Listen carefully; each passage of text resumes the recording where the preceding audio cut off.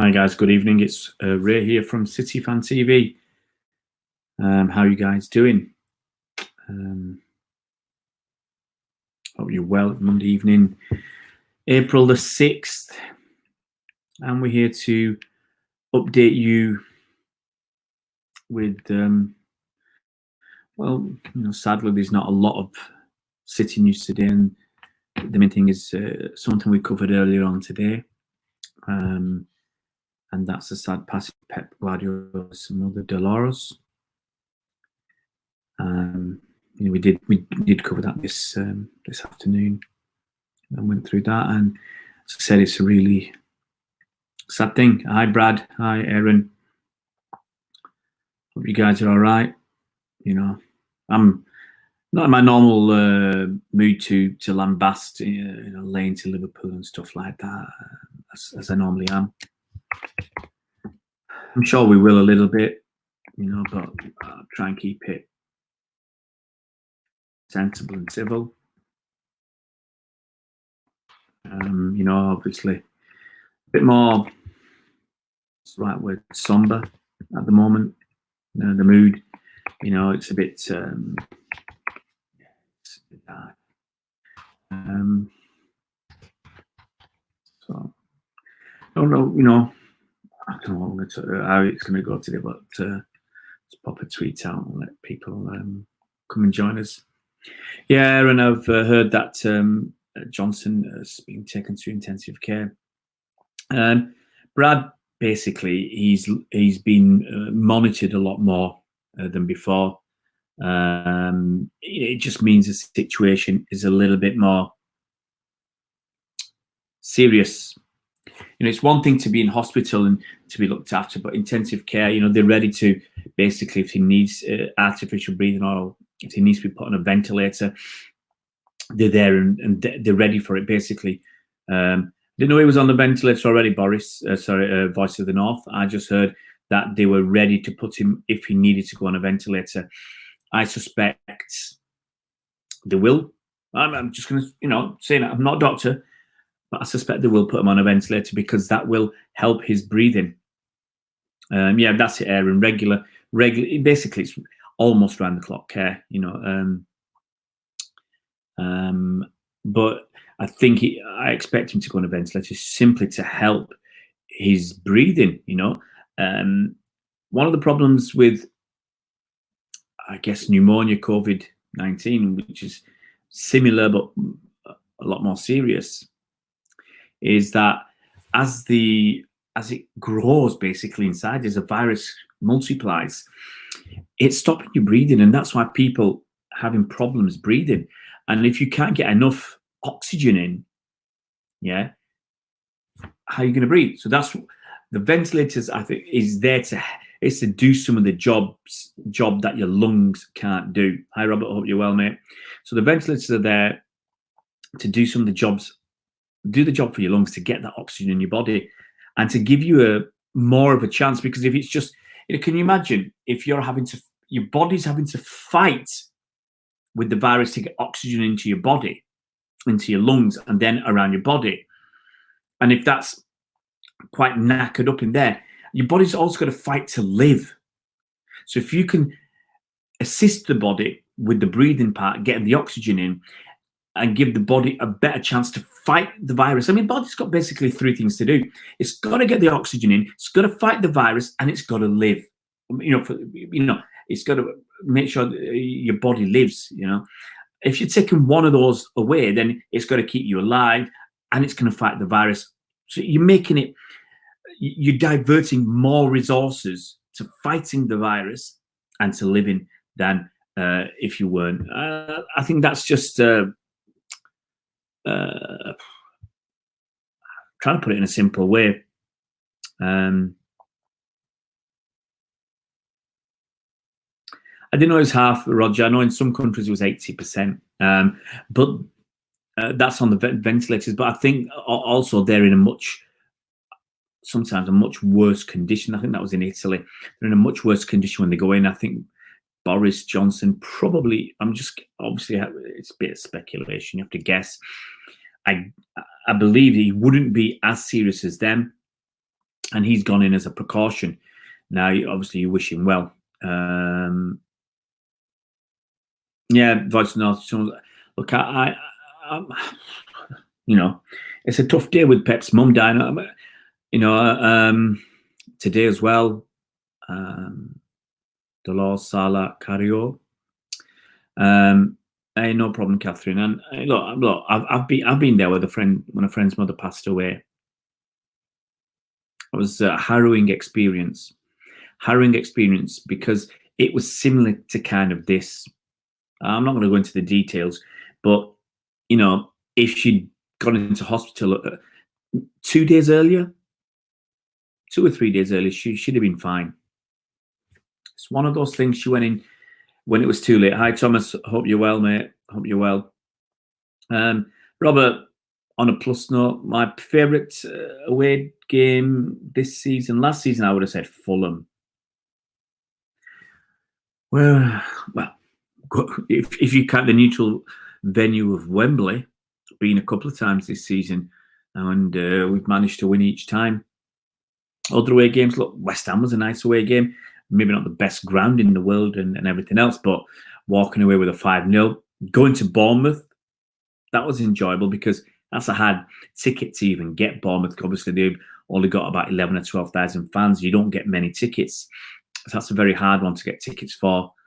Where else have I been that really stands out? Leicester. Leicester was good just because we got the win. The Fulham one last season was because Fulham's just a nice ground to walk down to. Palace was another enjoyable one. The weather was nice. We thought it'd be a tough old game. And it wasn't as tough as we'd expected. We were far better. And we had Rodri and Fernandinho playing at centre-back, if I remember correctly. Wow. Let's go through the on this day. You can see a picture of George Smith, and he scored all 4 goals as City beat United 4-1 in the final wartime Old Trafford derby. Stuffed them. Yeah, Thomas, it's very bad, sad news. Sad news. I did a report earlier on about this news in the afternoon. I must have spent at least half an hour before I did that live stream. I spent half an hour just going through messages from City fans, other clubs around the world, and news outlets and whatever. And you know, generally, it was pretty. You know, everybody was passing on their sympathies and their condolences and praying. You know, saying they would pray for them. So it's a very tough spot, you know. And we feel for Pep. And as I said this afternoon, you know, he's our manager. He's been here for almost 4 years now, and he's part of the family. You want to get it? Hope you're well. Yep, so sad to hear about Dolores. Must be absolutely, mate. You know, and as I said in the piece this afternoon, it's a tough time. I don't know whether he was there with her at the end. That makes it tougher if you're not. As I explained this afternoon, it can make it tougher. It can make it easier for some people, but I think most people, even though it's tough, a very tough situation, you look back on it afterwards and you say, you know, I'm glad I was there. So I hope Pep had that opportunity. I don't know, obviously. We'll find out at some point, I expect. But it's a tough situation. Robert, absolutely, R.I.P. Pep's mum. And a little picture of her up there. You know, Col had already done the on this day, and it was good of him to add a small picture of Dolores up there as well. And that's kind of overshadowed, obviously, a lot of other things that have gone on football-wise. There's still a little bit of rumblings on about the Times newspaper report yesterday, which I believe they changed today. It changed it slightly. They've taken out the reference to the £2 to £3 million rent. Now, the interesting thing is they've taken it out. They've not apologised. They've not said we got it wrong. and anything else. He's just taking it out, but they're taking out the fact that it's rent, but they left the £2 to £3 million in. Now, it's what I could gather. They use the £2 to £3 million figure because that's what they believe the rent would be. So they've used the rent number, and it's not the rent. So how can you leave those rent numbers in? It was a guess anyway. They just guessed it. They didn't know. I've asked the question, and I'm not going to get an answer. Certainly not. They're going to not answer me. They didn't apologize for the mistake. They didn't put. I don't believe they put it as a correction. They just changed the article slightly to take out that piece, which I think is, look, it happens. It happens. It's not like when you make a mistake, like I do sometimes on Twitter. I might type something out, send a tweet, and realize I made a typo, or I'd missed a word out, or got something wrong that might change the context or the meaning or something, and I delete the tweet straight away and put a new one out. It's not like that. It's something they've basically kind of worked out and said this is what they believe, and then they've changed it to get rid of that rent thing, but left the numbers in, which, as I said, they'd guessed at because they thought it was the rent. It's not right, and they're wrong. And if ADNEC, the Abu Dhabi National Executive Exhibition Centre, which is not owned, I do believe, by Sheikh Mansour, if they're wrong, then the Times would have come out and said they're categorically wrong, which they haven't, which makes me feel the Times are the ones who are in the wrong. Because if you've got proof that the other side's in the wrong and you know what you're talking about, you might lay your cards on the table. You might push it a bit more. You're not just going to back down, which is what the Times have done. So the feeling is the Times were on rocky ground and they've just changed it because obviously they're wrong. But pretty low. But, well, it's a Murdoch paper. Times, Sunday Times, Sun on Sunday, TalkSport, Sky, and all that, all to do with Murdoch. Don't trust him. You wouldn't get it. To be honest, I don't know. I heard somebody this afternoon said Pep was in Spain, but I don't know. I haven't seen him. Obviously, the team's not training. Some teams are talking about starting training in a week or two. But, I don't know where Pep is. I hope he's in Spain at least. I hope he's with his family. And I hope for his sake he could spend some time with his mother. Moving on to Dunk. Yeah, Oliver Holt. Oliver Holt. Who else was there? There's quite a few, actually. They had Ollie Holt, John Cross from the Mirror, Henry Winter, all coming out and saying Liverpool, FSG, Fenway Sports Group, and Liverpool have done the right thing by their U-turn. But they didn't call it a U-turn by changing their decision, whatever. And they've done it in such a way to say, Liverpool get it, yeah? The funny thing is, every time Liverpool don't get it, some journalists twist it, it's still in their favour. And you had all this rubbish yesterday to say about the Excel Centre thing, to say because of the story, they had to do a U-turn. We don't know. Maybe that was the thing. The backlash or the bad PR, they did a U-turn, but it wasn't on the rent. It was just on fixed costs. Liverpool did a U-turn not because they realised what they'd done was wrong. Oh, no. Liverpool did that U-turn simply because of the backlash, the public outcry, the backlash from Liverpool fans, mostly. Most Liverpool fans that were against what had gone on. It went against their perceived socialist values. It's interesting because Liverpool were formed by John Holding, who was a conservative mayor of Liverpool.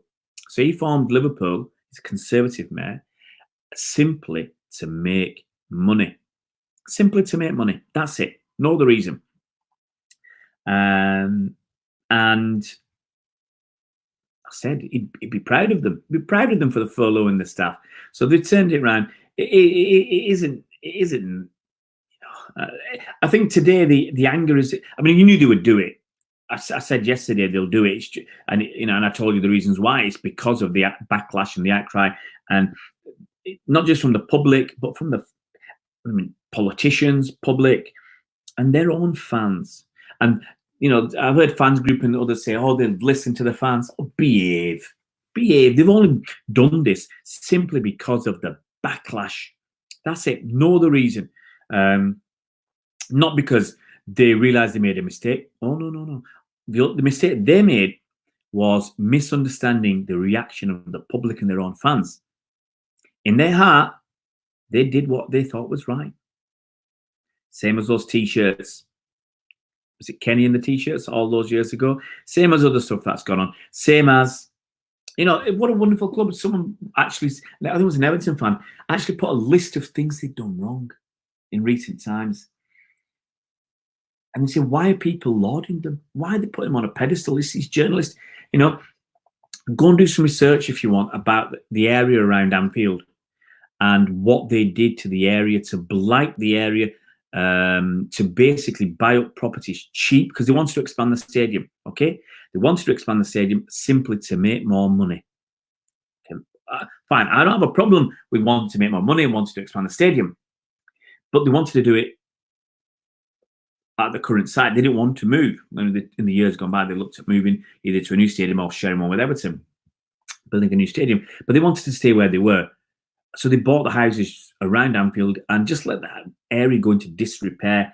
And a lot of people were very unhappy, the residents there. And they didn't care about those residents. They wanted to buy everything up as cheap as possible so they could expand the stadium and make more money. So it's all about money.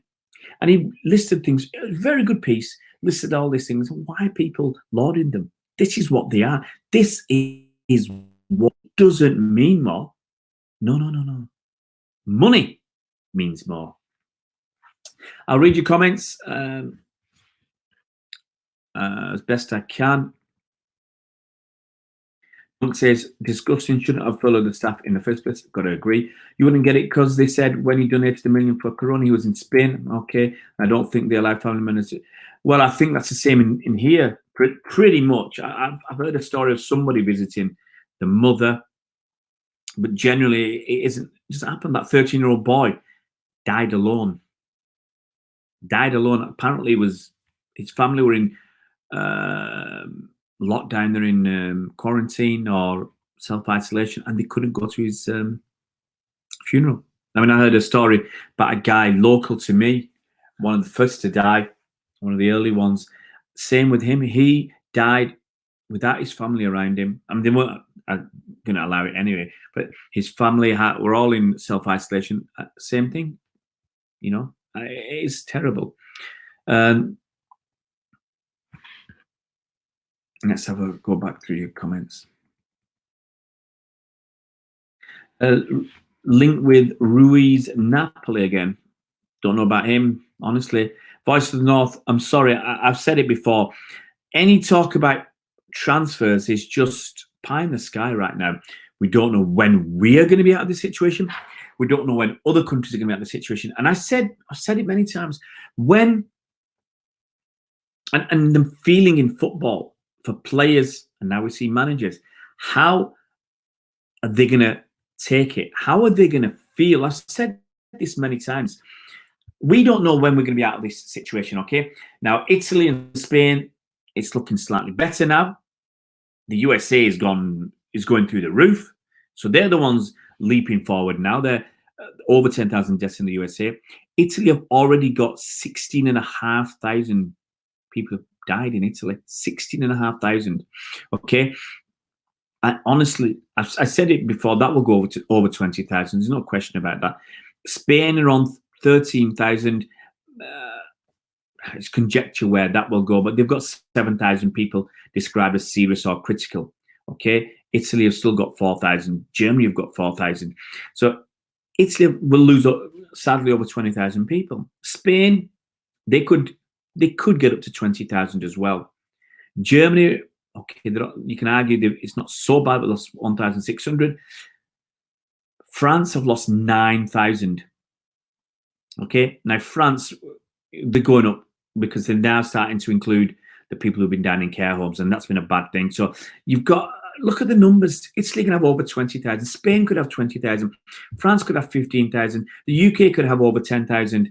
Yeah, and these are some of the main countries for football. Switzerland, small country, you've already lost 762. Belgium, 1,600 people have died in Belgium.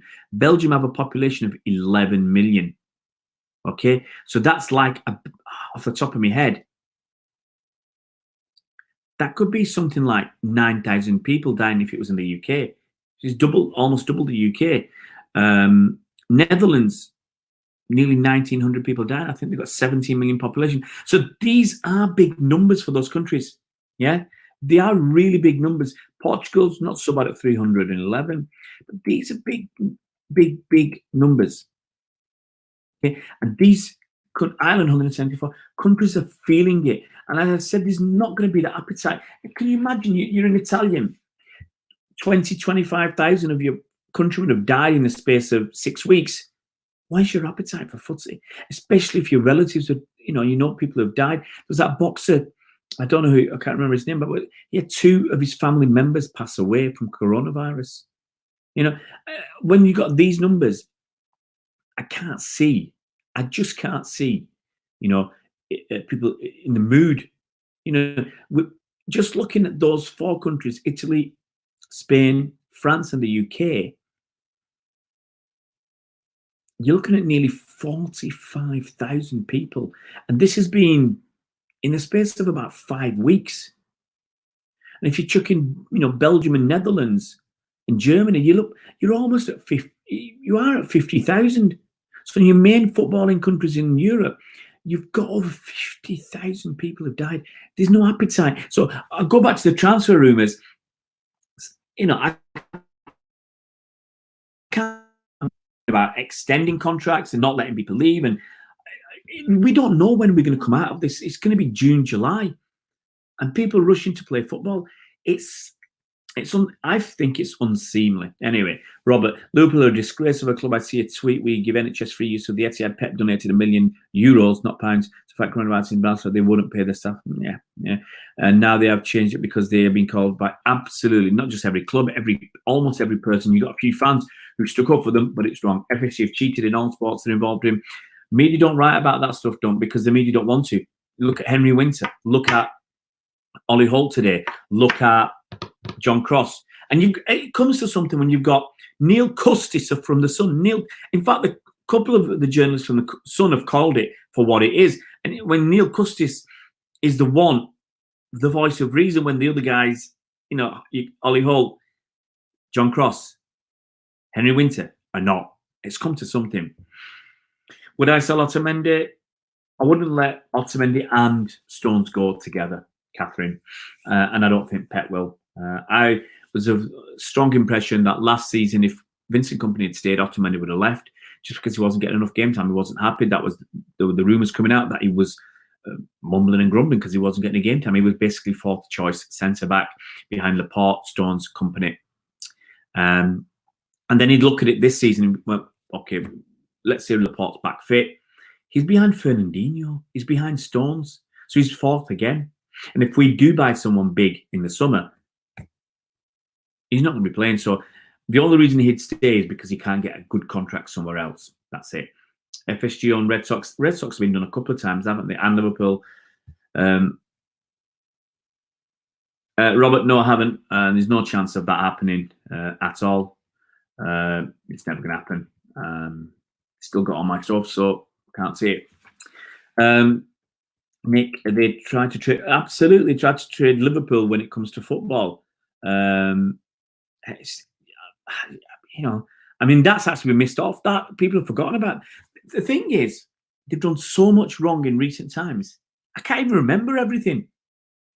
Remember that guy from Nick Padgett, I think his name, or Chris Padgett from Redmen TV, and he came out I'm assuming it was when Chelsea beat Liverpool at maybe 2014. I can't remember exactly when it was now, but he came out with a homophobic rant, very homophobic rant against Chelsea, riled at them. And I think at the end of the season, they didn't replay the video, but they still joked about it. They had their top 5 or top 10 videos, whatever. And they didn't. I don't think they replayed it or whatever, or they blinked it out or whatever. But they were still having a laugh about it. So, you know, I assume he apologised. But Liverpool, some of the players and ex-players do stuff with them. And he's asked as a sportsman, he's a very good orator, but he's homophobic. Just, you know, it's out. You can find it. I think he doesn't want you to find it, but it's out there. And how can you take anybody seriously like that? You don't want to deal with them. 17,000 died in the UK last year. Our voice to the north, it's a different thing. Yeah, you know, right now there's no vaccine. Right now there's no treatment or cure, so to speak. There's no drugs that will cure you. And if, you know, at least with the flu, there's a vaccine. There's something you can do. This one, there's not you can do. And quite honestly, if we hadn't gone into lockdown measures, I honestly believe we'd have been talking deaths. Okay, some of the scientists were saying 200,000, 300,000.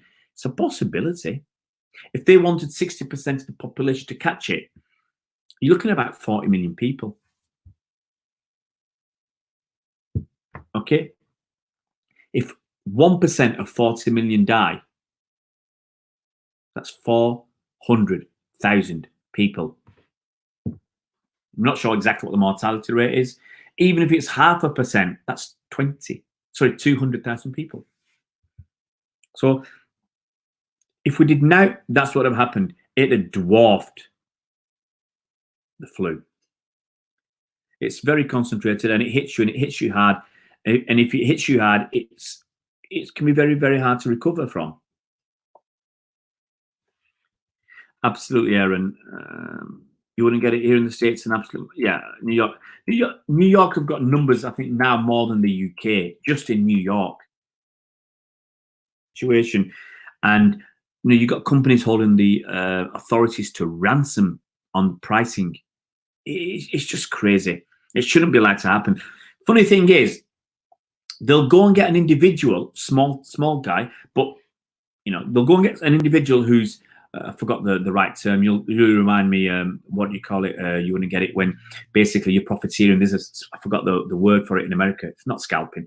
That's tickets. But there's a word for it in America where you basically put profiteering. You put the prices up, you know, when there's a problem, and they get the small guys. But what Trump has done, what they do, they get the federal government get the stocks of whatever, the PPE, personal protective equipment. They'll give it to 6 or 7 suppliers who have distribution centers all over the country. This is their argument. And then they distribute them. But what they're doing, these distribution suppliers, whatever, there's only 6 or 7. They're charging extra money to the different states in the United States are outbidding each other for this equipment. That's wrong. So they're just going to the high bidder. And so you're hearing stories of the prices of things doubling. You know, ventilators doubling in price. You know, it depends which report you read. I had one of quadrupling. I had masks going up tenfold. Yeah, instead of costing a few cents, they're costing 10 times as much. So it's just wrong. It's just wrong. And this is what your federal government are doing. Hi, Angus. Hope you're well, mate. Let's try and keep up. Yeah, it's very tragic, Angus, and heartbreaking. I didn't know you had Wasser. Yeah, Robert, we discussed that early doors. Catherine, no idea, honestly. Let's see, England. We'll have a good team. You might have Foden playing in another year's time. You might have some of them good kids coming through. We'll have a good team. Why not? Why not England? Yeah, Duncan. Look, I've not heard that, but sometimes John Barnes gets things spot on. Sometimes he gets them totally wrong. There's no justification. It's legal, but it doesn't feel right. Hey, Angus, it'll come back, mate. You know, just stick with it. Absolutely, you wouldn't get it. Some people are going to die anyway. Okay, now the coronavirus is there are some people who will die, who would have died anyway. The argument is, but I believe a lot of them wouldn't have died. But coronavirus finishes them off. And in Germany, the talk was, I think people have said this, one of the reasons the stats are a bit lower is if you had an underlying health problem that might have made you die anyway, but not immediately. And if corona finishes you off, they classify it as the underlying health problem. Now, we don't know. You know, I don't think that's ever been confirmed. But you'll know at the end of the day when the overall death statistics come out, maybe in a few months' time, to say, you know, from January to June, let's say, this many people died. Well, you know each year roughly how many people would die in that period of time, January to June. And you can have a guess how many people, you know how many people died of COVID-19, and then you can possibly guess how many extra people died because of COVID-19, either they weren't treated. You know, New York now, you have a heart attack, if they can't resuscitate you there and then, let you die. They don't say, don't bring them to hospital, we can't do anything. So some people, most might not survive, but some people would. So you don't know how many extra are dying because they can't get into a hospital. Some people have got cancer, they can't get treatment. And they said they will die sooner than they need to, or sooner than they would have done, because they can't get treated. So that's the knock-on. So it's not just the influenza. Influenza don't overwhelm the hospitals, causing other people to die who wouldn't have died normally. I think that's basically what it is, as You Wouldn't Get It says. It's corporate greed. And well, look, the sad thing is it's been caused by Trump himself. You know, people are asking, how much is he getting out of this? How much is his family getting? It's caused by the way it's been distributed. The federal government, in my opinion, distributes it to each individual states. They could use these suppliers, but put a cap and say, this is the price. You can't. We'll let you make a profit, fair dues. We're not going to let you make 150% profit or 200% profit. We ain't going to do that. We'll let you make a margin of, say, 10% for your own costs because you're doing the distribution and all that. I think that's reasonable, 10 or 20%, whatever. You'd like to think those big companies would swallow the cost, but they know that with Trump in charge, they don't need to. They don't about this. A lot of profiteering, You Wouldn't Get It. It's quite sad in California. Yeah, I heard about that. He was rejected medical services because he didn't have health insurance. It's disgraceful. Yeah, and it's not his fault, but what has he done for it? What has he done to make it better? All the things that Obama did for Medicare, was it to give more people insurance? Trump wants to take it all away. It was all to be. No, look, it's wrong. The United States are charging. You know, they spend. They spend the most on healthcare by miles, purely because they're charging. You know, insulin drugs are charged way 10 times more or whatever than they should be charged, and it's cheaper drugs in Canada, but you can't go and get them. It's just not right. Well, Angus, some will. Sadly, the way too many people are, with the way human nature has gone, they won't. Some will. I think many will not bother. They'll go back to living their old lives. They'll go back to their second homes and their, you know, luxury holidays and whatever. And that's what they want out of life. It's very complex, that's right. You solely care about money. That's why it's so bad. Absolutely. It's not all. Well, it's money and politics. When you take money and politics out, things might change, but you know, it's a tough old spot. There you go. And it doesn't need to be that way. You wouldn't get it. It doesn't need to be that way. It doesn't. Guys, I'm gonna. Well, it's 9:30. I'm gonna go and do some DIY. Got a few things to make. Got, you know, we got all this time at home, so we've been making some shelves. Some small units and some chests of drawers. So we're doing that. Been doing that. I think we've finished all the shelving units. 6. Was it 6 already? I can't remember. Loads of these shelves.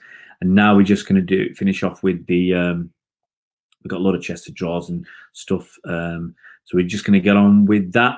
I think I've got 4 chests of drawers to make, and then wardrobe or 2. So it's a lot of work. It's a heck of a lot of work to do, but it'd be nice to get them done and get our house a little bit tidy. Guys, you check this. Just finish off with what Angus is saying.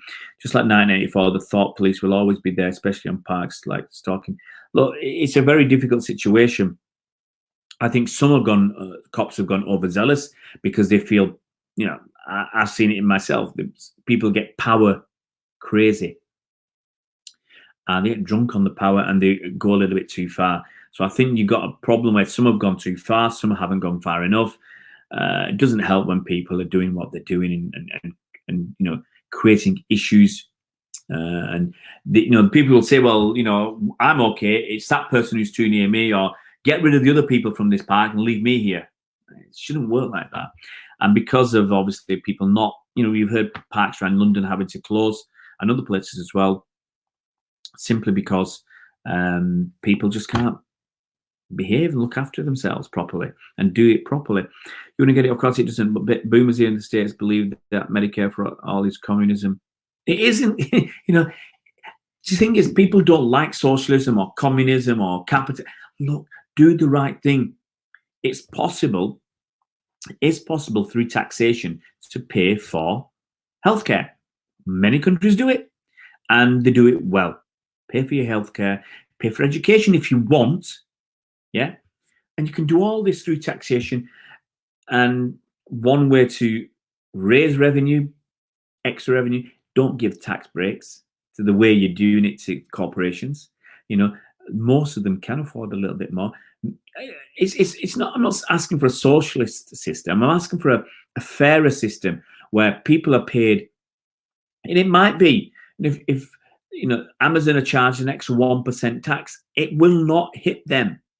If Google are charging an extra 1% tax, it will not hit them. Facebook, it won't hurt them. A lot of these big corporations, it will not hurt them 1% extra tax. But you could use that. I have no idea how much that would be, but you could use that to help pay for healthcare, help pay for childcare, help pay for free meals. They're taking free meals off people, Meals on Wheels stuff, help pay for education. I'm not sure how much of all that it will cover, but I can guarantee if you take 1% of Amazon's profits per year, 1% of Google's profits per year, 1% of Facebook's profits per year, 1% of Microsoft's profits per year, Apple, those 5 corps, you take them, you'll have billions to spend, and it'll make huge difference somewhere. Can you imagine an extra 10 billion to spend? That'll cover you. I think more than adequately cover your Meals on Wheels. Something like that makes a huge difference. Cut back on your defense spending, which is not always defense spending, it's war spending. It's not meant to be political. It is. Absolutely don't. That's right. If you haven't got money, you're useless and worthless. Right, guys, I'm going to love you and leave you. And hopefully tomorrow will be a better day. Finish off by saying rest in peace, Pet's mum. Let's hope that the Prime Minister gets better, and let's hope that we can start to recover. It's going to take a bit of time, this coronavirus, COVID-19 stuff, but let's hope we can start to turn the corner. Let's hope we can start to recover as a nation. Rather than a nation divided. What do we get by being divided? We're not winning anything.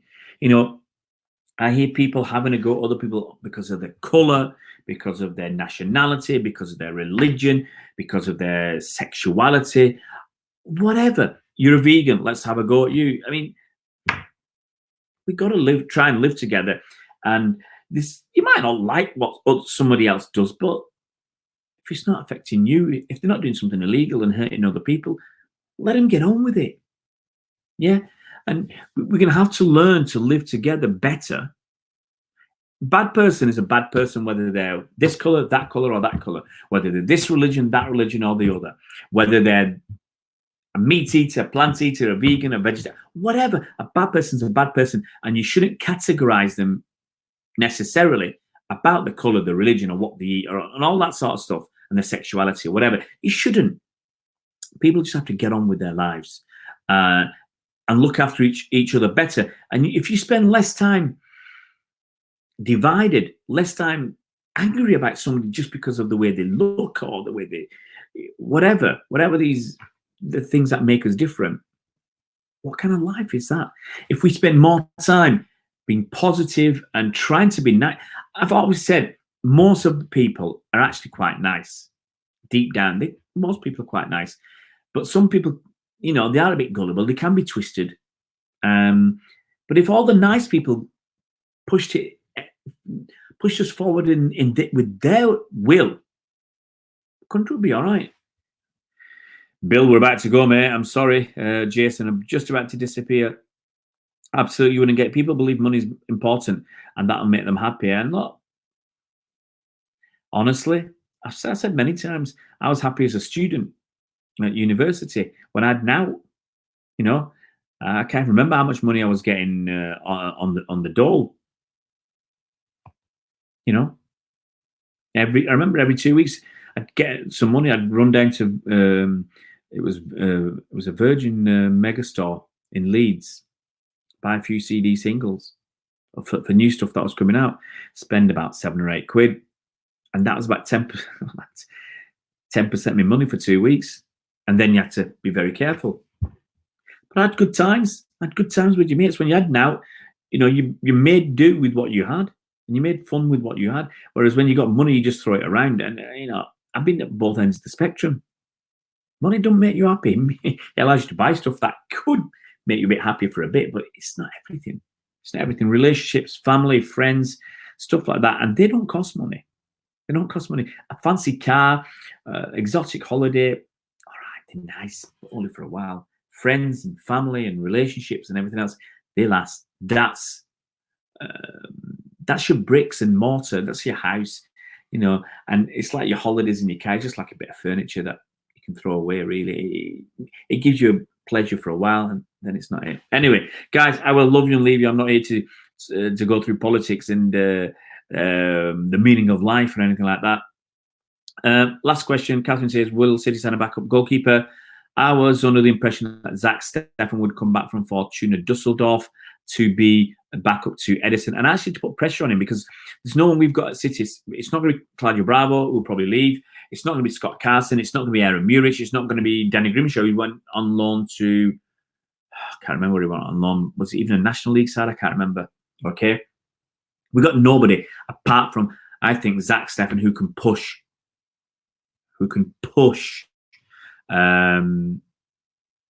Edison a little bit, and Edison needs that. Keep Scott Carson as a third choice, adequate. Zach Steffen, push Edison. We need that. Last thing, it's not about their colour, it's about the people in power who don't care about anything but their power and pockets. Absolutely, they're willing to destroy. I agree, but I'm just saying people want to criticise others just upon things that make us different, and they don't want to think about the things that make us the same. We still all bleed red, yeah? We still got the same bodies and everything else. So they want to look at what makes us different rather than what makes us the same. Yeah. Yourselves, sleep tight, and hopefully we'll see you all tomorrow. Take care. See you around Blues.